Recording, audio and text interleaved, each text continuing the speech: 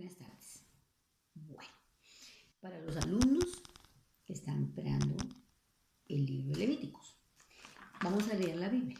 El libro de Levíticos se resume en los 27 capítulos, todos los 27, el significado del libro de Levítico está resumido en Levíticos 27 y 8.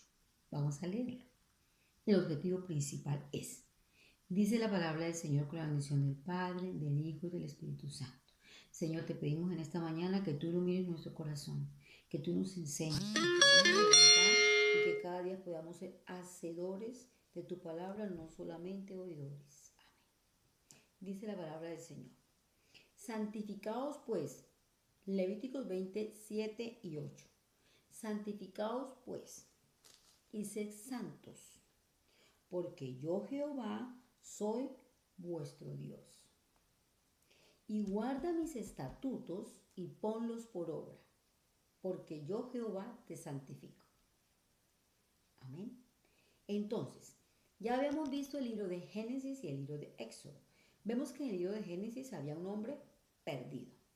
En el libro de Éxodo había un hombre que fue rescatado. ¿Se acuerdan todo lo que pasó en el libro de Éxodo?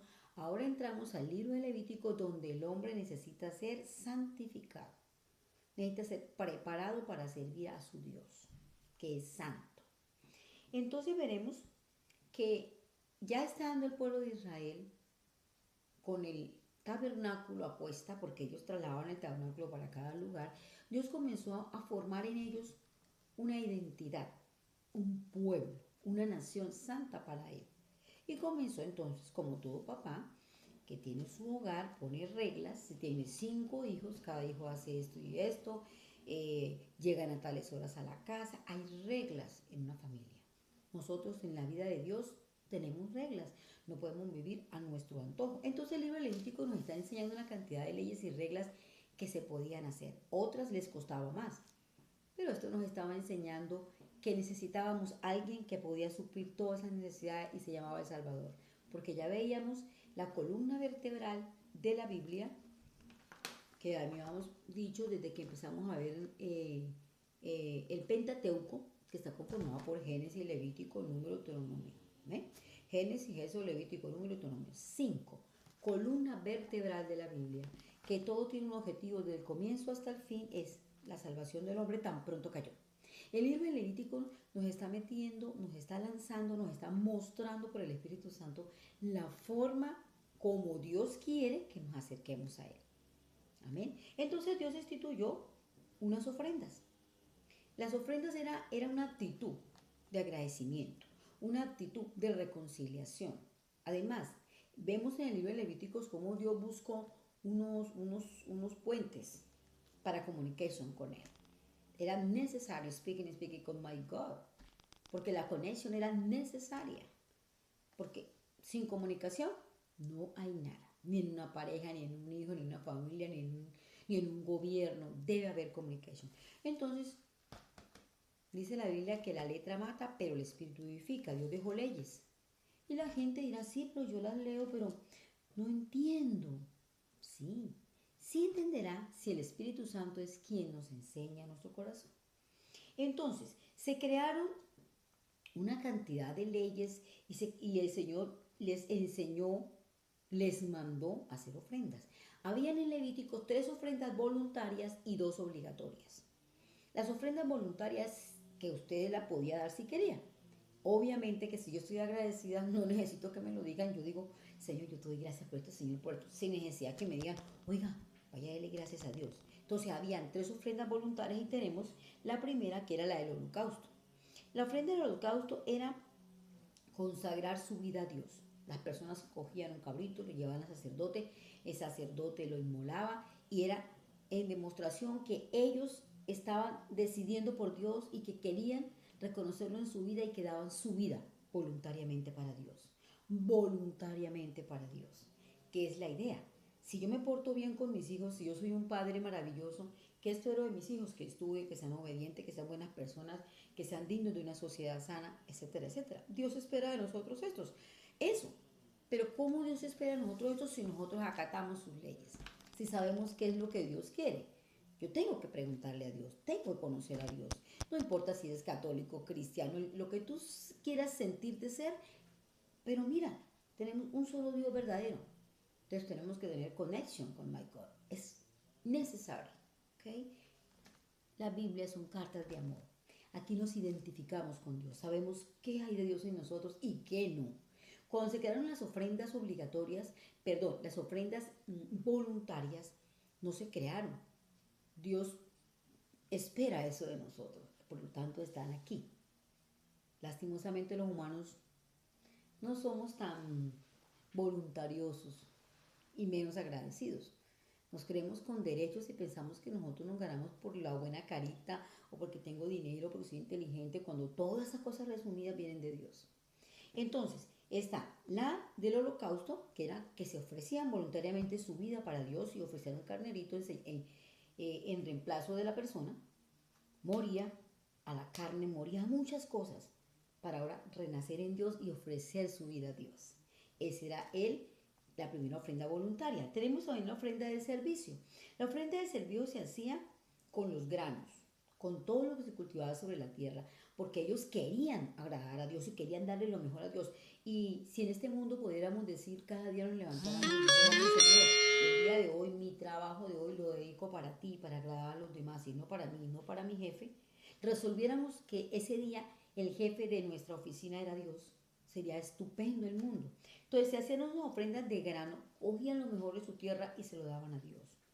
Nosotros tenemos mucho que ofrecer a Dios, nuestro tiempo, nuestra vida, nuestros hijos, nuestro trabajo, etcétera, etcétera, etcétera, que no lo hacemos. Y por eso las consecuencias, por eso las miserias, por eso muchas decadencias, muchas empresas poderosas caen. Y otros dirán, pero hay empresas poderosas cuando sus dueños, sus gestores son gente que no temen a Dios, que viven una vida desordenada, de inmoralidad. Todo tendrá su consecuencia porque todo lo que el hombre siembra recoge hoy o mañana o pasado mañana. Pero todo lo que nosotros sembremos, si es bueno, recogemos para bien. Y si es mal, ¿qué crees tú? Bueno, entonces la ofrenda de servicio era voluntaria. Obviamente, porque el Señor nos da un trabajo. Entonces, Señor, toma, esto es para ti. Esto es para ti. En servir a los demás es también ofrendar a Dios. Luego viene la ofrenda de paz, que también se hacía, se llevaba un animalito indefenso y el sacerdote lo presentaba delante de Dios, era expiación, y la mitad de esa ofrenda, el sacerdote y su familia se sentaban en su mesa, se la comían. Y la otra mitad era completamente incinerada y dedicada para Dios. Había muchos milagros en esa ofrenda de paz, y era que cuando se ofrecía el sacrificio, el humo, cuando se consumía la mitad del sacrificio, el humo subía en forma vertical hacia el cielo. Podían haber la brisa que hubiera, subía al cielo, porque era dedicado exclusivamente para Dios. En esa ofrenda de paz, en esa ofrenda de reconciliación con Dios, el Señor recibía y el sacerdote que ministraba se gozaba en la presencia del Señor, porque dice la Biblia que hay fiesta en el cielo cuando un pecador se arrepiente.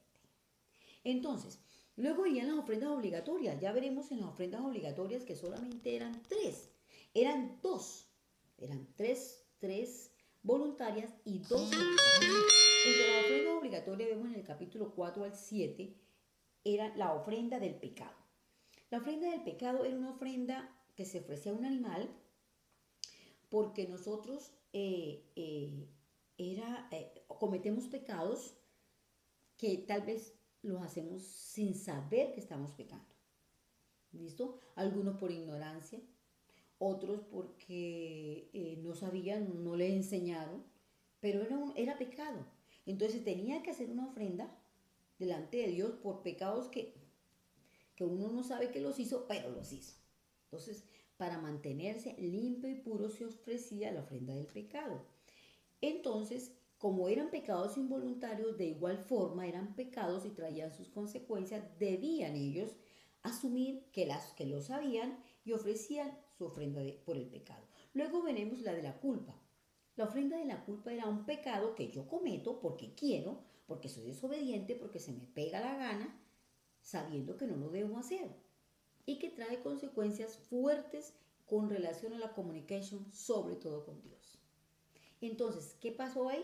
ofrecían también la ofrenda de la culpa para que fuera expiado su pecado. Y eso era todos los santos días. Por eso se hizo necesario. Yo sé que ellos mismos decían, Dios mío, todos los días esto, todos los días, ¿qué hago? Es sufrimiento. Pero el Señor ya tenía una solución, ya venía planificado. Ya el Señor se había sentado en su trono celestial con su Hijo y el Espíritu Santo. ¿Y qué solucionamos para estos hombres? ¿Qué hacemos con estos muchachos desobedientes? Porque su infinito amor y su misericordia, el plan iba a salvarnos. Y en el libro de Levítico ya vemos las características de la santidad y de la voluntad de Dios en el ser humano. Ya comenzamos a ver entonces cómo los hombres hacían estas cantidades de cosas instaladas por Dios. Entonces, después en el capítulo 8 vemos, y el 9 en adelante, cómo Dios instituyó un puente. Los sacerdotes eran el puente, los hijos de Aarón. Sin embargo, ustedes vieron características se dieron en el capítulo 11 de la muerte de Abiud, porque ellos y el otro compañerito, porque ellos se emocionaron tanto cuando se presentaron los holocaustos que ellos dijeron, no, esto está como bueno, vamos a echar un poquito más de incienso para que se vea más. No, es conforme el Señor estableció, es como el Señor diga. Por eso muchas personas dicen, no, yo lo hago a Dios como yo quiera. No, pero de esas ideas se han levantado muchas sectas y tienen sus formas diferentes de alabar a Dios cuando Dios nos ha estipulado cómo a Él le gusta. Obviamente que vale que lo hagas como a ti, como tú quisieras, pero complementalo con el le gusta de Dios. Lo que tú quieres y lo que a Dios le gusta, unidos van a formar, dice la Biblia, que es un olor grato, perfume a la presencia de Dios cuando tú o yo nos acercamos a Dios con verdadero amor y reverencia. Entonces ya vemos en los capítulos que van avanzando. En el capítulo 11, por ejemplo, el Señor ya comenzó no solamente a manejar el estado físico de la iglesia, sino su estado espiritual, sino ahora su estado físico. Recordemos que el estado físico es este cuerpo. Vemos en el libro de Levíticos una cantidad de reglamentos sobre la alimentación, sobre la dieta, porque Dios conoce, Dios creó los animales y Dios sabe qué nos iba a perjudicar, qué nos iba a dañar. Y una de las características del ser humano es su alimentación. Depende de su alimentación, usted vive, usted come, usted habla, usted piensa, usted es. Usted es una persona y con verla usted deduce de qué estrato es, ¿verdad? ¿Qué come, cierto? Con solo dicen que la maleta habla del pasajero. Así es la Biblia. Entonces el Señor quería cuidarnos de enfermedades. Sin embargo, mire que en este siglo, ¿cuántas enfermedades no hay? Nosotros vemos cánceres, nosotros vemos una cantidad de enfermedades porque es más, el hombre en esa idea